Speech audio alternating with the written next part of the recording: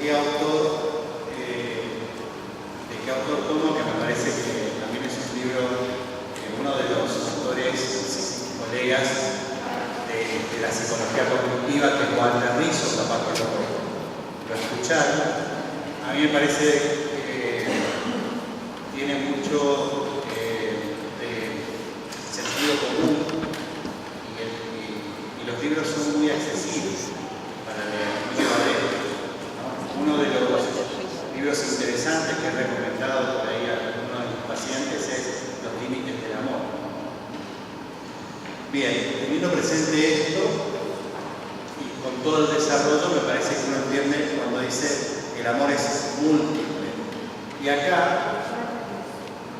ahora les voy al final les paso, si nos da tiempo, el libro base, digamos, de una película que les recomiendo para que vean.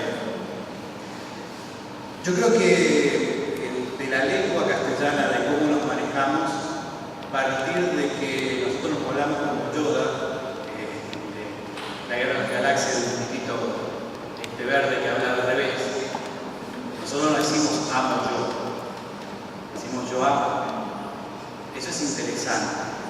Pareciera algo simplísimo, pero de lo simple me parece que está lo esencial. ¿Quiere que apague el aire? ¿Está fresquito cualquier cosa? Después me piden, las enseño. Como les decía, me parece tan simple pero tan importante de tener en cuenta. Nosotros no nos vamos a complejizar por el tema del amor. En todo caso, la posibilidad de analizar ese yo, que seríamos nosotros, cada uno de nosotros la persona en sí, de cómo es, cómo viene su historia, es cómo se puntúa o se puede desarrollar la segunda palabra, el amor. O sea que justamente en esta etapa nosotros nos vamos a quedar con un amor platónico, un amor idílico. Acentuamos en la necesidad de recurrir a la primera palabra, hacer un desarrollo de la primera palabra que es el yo. Por eso bien decía Osvaldo, hablaba del proceso, hablaba de la maduración, ¿sí? Es más, o sea, bíblicamente dice, cuando yo era niño pensaba, en cada etapa de este proceso será como podemos vivenciar el segundo término que es el amor. La experiencia afectiva está conformada por un conjunto de variables que se entrelazan de manera compleja. De por sí, no es que somos seres simples en ese sentido. Cuando recordemos para los que estuvieron y hablamos de la persona, decimos que la persona es una entidad múltiple, una entidad bio, psico, socio, espiritual. Recordarán eso, que lo habíamos visto en unos talleres. No es solamente psico, no es solamente cuerpo, ¿sí? Por eso, si yo haría solamente una acentuación en lo psicológico, estaría siendo reduccionista. Haría psicología, que no es psicología. Porque que muchas veces pasa, digamos, solamente considerar un ámbito. A veces nos pasa a los psicólogos, a veces les pasa a los médicos, cuando tratan solamente de buscar una cuestión orgánica para dar respuesta a lo que pasa. O cuando nosotros pensamos, yo psicólogo dejo de ver todos los otros aspectos que rodean el ser de la persona. Por eso es importante, más allá de la teoría, más allá de la metodología, siempre tener presente que es una entidad múltiple del ser humano, cada uno de nosotros. Y somos históricos. ¿Ok? Entonces, por eso, la complejidad es que sí o sí tenemos que tomar esa entidad múltiple. Por eso también nosotros hablamos de una corporeidad, hablamos de cuerpo, no es una entidad biológica solamente el ser humano, es una corporeidad, ¿sí? Una expresión en donde nos comunicamos y gracias al cuerpo podemos expresar y podemos en cierta medida vivenciar el amor, porque tenemos un cuerpo en un sentido de corporeidad que es un cuerpo también erógeno, que tiene una dimensión espiritual que se expresa a través del cuerpo. Si no tuviésemos cuerpo, no podríamos, digamos, expresar el amor. Las concepciones erróneas del amor son una de las principales fuentes de sufrimiento afectivo, dice Cristo. Interesante. Por eso decíamos, no podemos hablar del amor de manera abstracta. Necesariamente cuando hablamos del amor tenemos que ver cómo piensa y concibe ese yo el amor. Las creencias, los mandatos famosos. Nosotros no nacimos con repollo, nacimos de una familia, de una cultura. También se han expresado en nuestra formación de ese yo los aciertos y errores de nuestros padres. De eso no somos ajenos. Y ese acierto o error, esa cantidad de posibilidad que está en nosotros, es de lo cual se va a desarrollar el segundo término que se llama.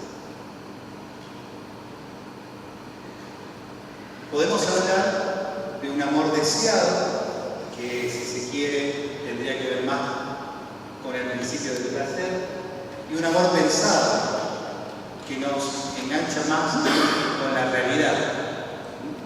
En el enamoramiento que decíamos hoy, que decía Waldo, es como que más estamos ligados al principio del placer, más que al principio de la realidad. Ahora, lo interesante de la intensidad de este momento no tan normal, en una reunión de psiquiatras en un congreso querían medicar el enamoramiento, porque decían que era una hipomanía. Ahora, lo interesante es que de la intensidad del enamoramiento, que no se dan dos enamoramientos al mismo tiempo. Sí vamos a ver que se pueden dar tres amores al mismo tiempo, pero no se, por la intensidad, por lo que representa, no se dan dos enamoramientos al mismo tiempo. No nos alcanza el cuerpo para dos enamoramientos al mismo tiempo. Y por ahí, resumiendo, decimos, normalmente el enamoramiento es más miedo que amor. ¿No? Porque muchísimas veces nos pasa de escucharnos de nuestra historia, de nuestra actualidad, o escuchar a los adolescentes cuando describen a ese otro supuestamente, lo describen totalmente proyectado desde lo que ellos piensan que es ese otro. La convivencia, la relación, paulatinamente va corriendo el velo y nos encontramos con lo que el otro es. Y ahí verdaderamente vemos si lo elegimos. En un principio, en realidad, si se extiende, es elegirnos a nosotros mismos. Porque es lo que nosotros ponemos en el otro. Y pasa, digamos que forma parte de una etapa inicial de la relación de amor, que es el enamoramiento. Porque está en la etapa donde más está relacionado con el eros. Y con la cuestión más bien especular, que tiene que ver con la expresión del otro que se presenta y que me despierta cosas. ¿Sí? Ahora, me despierta cosas que tienen que ver conmigo. Inicialmente, aunque parezca mentira, tiene que ver conmigo, no tiene que ver con el otro. Después viene el otro. Y por eso decimos que un amor saludable y una relación de encuentro saludable se da con el otro como un diferente. En tanto, el otro no es un otro igual a mí, es un otro diferente a mí. Si no juego al yo-yo. ¿Se entiende eso? Esto es importante también como camino para ver en qué punto, por ahí una relación, puede ser de muchos años, puede tener una descarga de energía, pero sigue estando en ese lugar, porque lo sigo teniendo al otro desde este lugar de lo especular. Hay muchas relaciones que se mantienen en un lugar narcisista. Eso no es un lugar sano.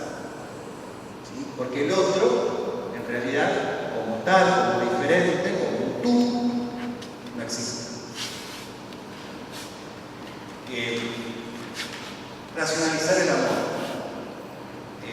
Así es, ¿no? No demasiado, solamente lo necesario para no intoxicarnos. ¿Por qué? Porque es parte de lo propio del ser humano. Cuando hablamos de inteligencia, ¿se acuerdan? Nosotros decíamos, ¿qué quería decir inteligencia? Inteligere. ¿Se acuerdan que una vez decíamos? Inteligere, poder elegir, leer, hacer. O sea, acá viene lo que hablaba Osvaldo al principio, la interioridad. Leer hacia adentro quiere decir inteligencia. O sea que necesariamente esto que me pasa tiene que pasar por el tamiz de la inteligencia para poder reflexionar, discernir, para que no sea solamente pasión. Esa es la cuota de racionalidad que necesita el proceso. Se trata de incrementar el cociente amoroso, dice Richo. Hablado, así como hay coeficiente, haciendo como menciona eso, ligar el corazón a la mente de tal manera que podamos canalizar saludablemente el sentimiento. Saludablemente involucra que el sentimiento no obture la razón, que no obnubile la razón. Por eso en un primer momento el enamoramiento es como un espacio de locura, porque en muchos casos hasta obnubila la razón. Hacemos locura, dicen los chicos, ¿no? Uno se vuelve loco. En cierta medida sí, totalmente. O sea, el paso del enamoramiento al amor tiene que ver con racionalizar el amor. Dicho de otra forma, hay que ordenar y regular el amor para hacerlo más amigable y próximo a las neuronas. No hablo de restringirlo o cortarle las alas, sino de enseñarle a volar. Me pareció interesante la metáfora. Porque no se trata de sacarle las alas y que no vuele, no. Que en todo caso haga un vuelo y vuele hacia una dirección, hacia un lugar, en una determinada manera. Bueno, ahí no sé si medio confuso las imágenes también. ¿Qué queremos decir cuando hablamos de amor? Bueno, a diferencia de otras palabras, la que más se ha multiplicado las posibilidades y se ha vulgarizado y se ha banalizado, de otros términos que vimos que hacía mención Osvaldo, el amor ha pasado por distintas posibilidades de interpretación. ¿Sí? Y digo banalizado y hasta ridiculizado el sentido del amor, ¿no? Pero que puede representar la idea de amistad, de erotismo, de apego, de enamoramiento, simpatía, afecto, compasión, deseo y expresiones por el estilo. No hemos podido precisar qué es el amor ni unificar su terminología. Para algunos amar es sentir pasión, para otros amor y amistad son la misma cosa. Y no pocos asocian el amor a la compasión o a la entrega total y desinteresada. En esto es interesante ver esta cuestión de la compasión. Y un término que por ahí en lo relacional uno suele escuchar es lástima. A veces uno escucha, muchos matrimonios, muchas relaciones, se sostienen con una mala interpretación de un amor supuestamente benévolo que se da a través de la lástima. La lástima, en realidad, en esto que decíamos de la otredad, de respetar al otro, justamente hace lo contrario, no lo dignifica al otro, le quita su condición de ser, o sea, tú, y lo pongo en un lugar de miserable. Y desde ese lugar lo retengo. Porque en cierta medida, o sea, ese sostener esta relación de ese lugar, algo obviamente de mí, de lo no resuelto mío, sostiene. ¿Cómo? Lamentablemente en algunos casos dura. Y ahí está la cuestión del lazo histórico que uno puede tener, que qué condición de varón o de mujer, ¿no? Uno por ahí, en esto de la lástima, en las relaciones, ha visto o ha escuchado hombres que, por ejemplo, se vanaglorian de haber rescatado a la mujer.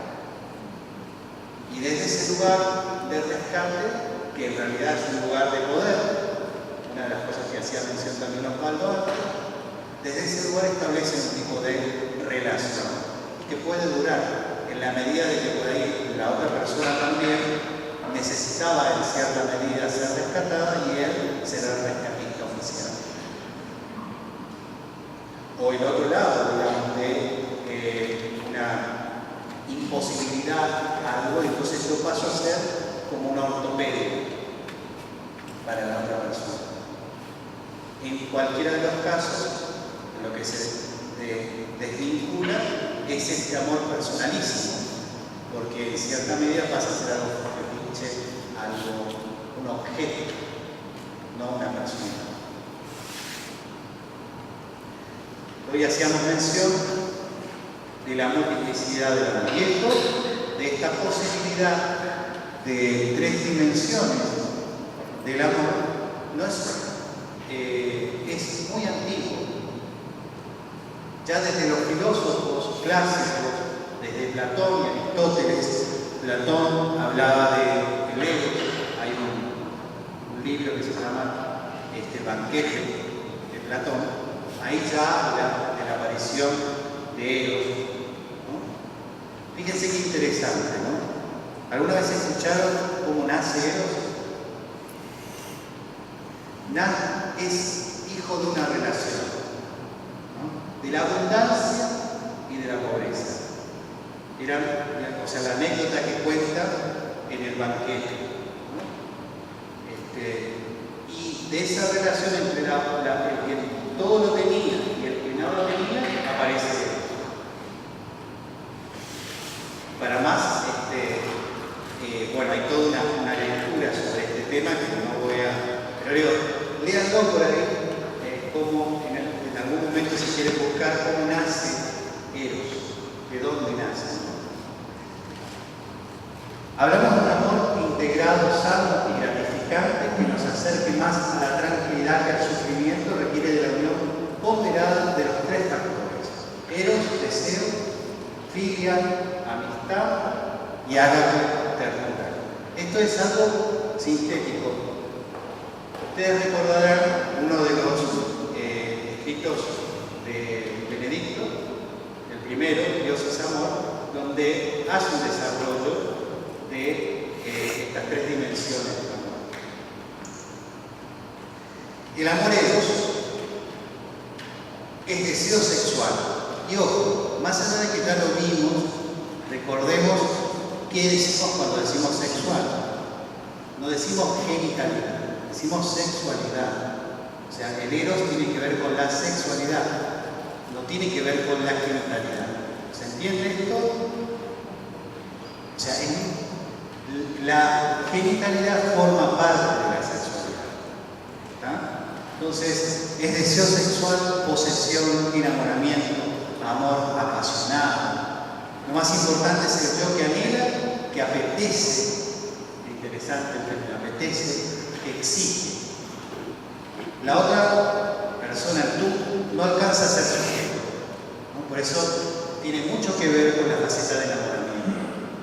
Es la faceta egoísta y concupiscente del amor. Te quiero poseer. Quiero que seas mío. Te quiero para mí.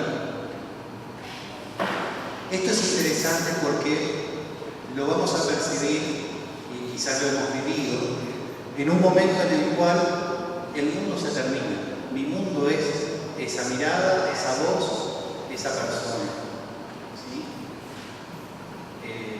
Y bueno, vemos por ahí en las parejitas también de adolescentes que por ahí se compenetran y quedan como enganchadas en la mirada de ellos dos y su mundo son ellos dos. En algunos casos dura varios años y hay personas que se casaron y forjaron este tipo de relación, en donde no miran a otro lugar, no pueden mirar a otro lugar. Desde ese caso, si ya, de acuerdo a lo que decía Osvaldo, ¿no? Que veíamos. Sí, que la fecundidad, cabe recordar nuevamente, no tiene que ver solamente con la cuestión de tener hijos. La fecundidad tiene que ver con esta expresión de que esta relación, o sea, produce otra posibilidad. Digamos que si el amor estiara encuentro de dos personas, esta posibilidad de encuentro sano, amoroso, siempre produce una terceridad que enriquece a ambos y a los que nos rodean. En cambio, en esta etapa por ahí, Eros es conflicto igual con la naturaleza, no se eleva al cielo y nos baja al infierno en un instante. O sea, uno lo escucha y también lo ha vivenciado, obviamente. Es el amor que duele, el que se relaciona con la locura y la incapacidad de controlarse. Uno lo escucha, ¿no? Desde este lugar, las personas por ahí se justifican a que hacen o deshacen determinadas cuestiones por este momento que ocurre. La filia, esa es una foto de una película que les voy a recomendar, es la amistad de pareja. La filia trasciende el yo para integrar al otro como sujeto. Yo y tú, aunque el yo sigue por delante. ¿Sí? Pero ya hay una presencia de un tú. No es un otro yo. En el enamoramiento, o sea, mucho tiene que ver con esto de la pasión, y lo que decía Osvaldo por ahí, uno se ciega y no puede ver al otro. O sea, el otro aparece en muchos casos como una extensión de mí. En el amor filial es como que el otro aparece como un yo. En filia la benevolencia no es total porque la amistad todavía es una forma de amarse a sí mismo a través de los amigos. Les recuerdo algo, tomé un autor y una interpretación desde una línea, pero esta posibilidad de la ágape hay muchas. ¿Está? Por eso también, si quieren leer, pueden leer este documento de Benedicto sobre Dios es amor, que también hace un desarrollo de los términos. El amor ágape es el amor de benevolencia por excelencia. Es el amor desinteresado, la ternura, la delicadeza, la no violencia. ¿Y por qué la no violencia? Es interesante hacer hincapié en esto. Porque cuando yo mantengo una relación con que el otro es un otro yo, hay una violencia, porque el otro es en función de lo que yo quiero que sea. Y hay una posesión, hay un gobernar al otro. En vez de gobernarme a mí mismo, gobierno al otro. Por eso a mí no me gusta mucho hablar de amor complementario, porque muchas veces el amor, como parte de una expresión del deseo y del deseo, que es un impulso, que es la vida misma, que está antes de nuestra existencia en este mundo y perdura más allá de nuestra existencia en este mundo, tiene una condición, digamos, de un más allá. No es el yo erótico que arrasa con todo y el yo y el tú del amor amistoso, sino el amor de entrega, el tú puro y descarnado. En el sentido de carnal. Por eso yo decía cuando por ahí se reduce a una cuestión solamente pasional. Pero cuando hablamos de una corporeidad, en el amor hablamos de corporeidad, hay una entrega total con estas dimensiones que decíamos del hombre, ¿no? Bio, psico, socio, espiritual. Es la dimensión más limpia de la moralidad benevolencia sin contaminaciones egoístas. Por eso, también, si se quiere, tendría que ver con una dimensión en el proceso humano, diría Garrido, de haber hecho todo un trabajo para poder llegar a este lugar. No solamente tiene que ver con una edad cronológica, tiene que ver con un proceso de crecimiento y desarrollo de este yo a un sí mismo, a un ser que se va planificando, dando cuenta de sus debilidades, porque en este siendo de este ser Todos los que estamos acá tenemos luces y sombras. El tema es poder, digamos, reconocerlo y ver a la hora de cuando miramos al otro, desde dónde lo estamos mirando.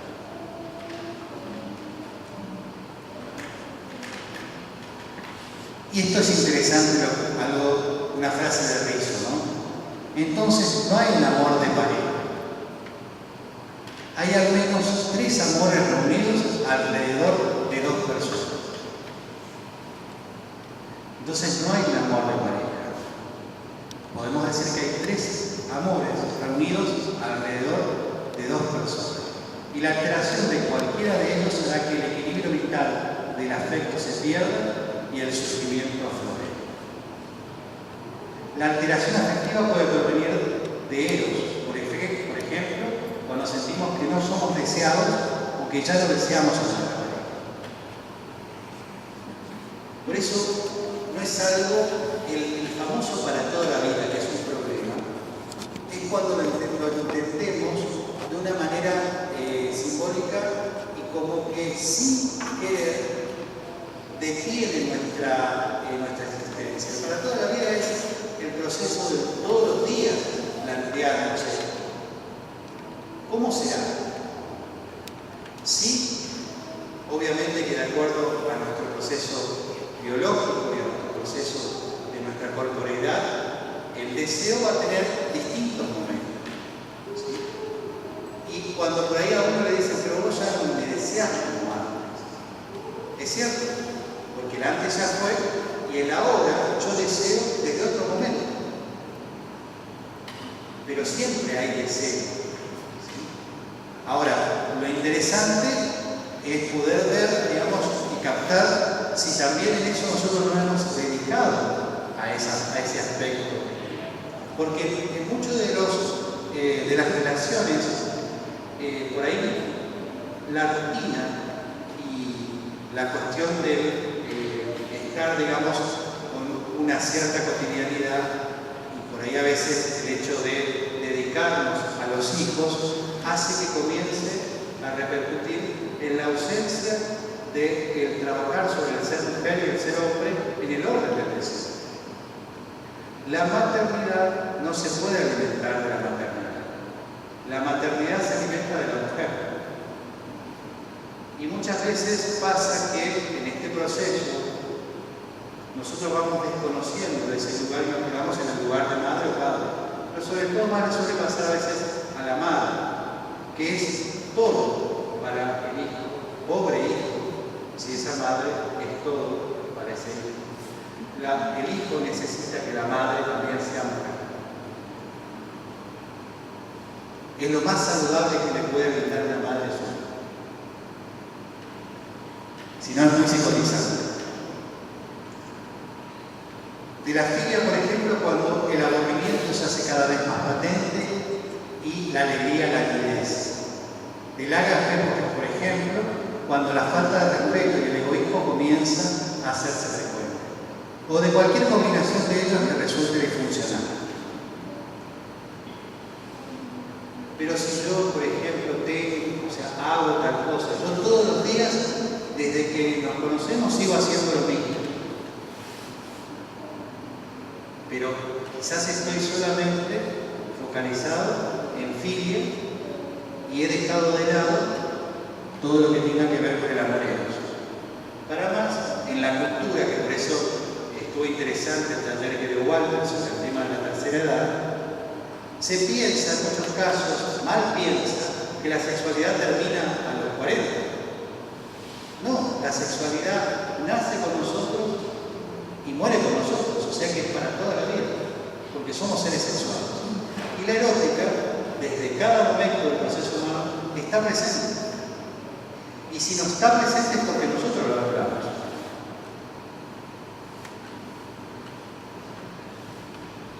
Dice Walter Rizzo, conozco gente que ha disociado los 3 amores hasta configurar una especie de Frankenstein afectivo. Eros 1 o 2 veces por semana con él o el amar, con el que no por ahí como dices, yo hoy voy a tener sexo, con vos o sin vos. Filia. En el hogar junto a la esposa o el esposo. Y agape los domingos en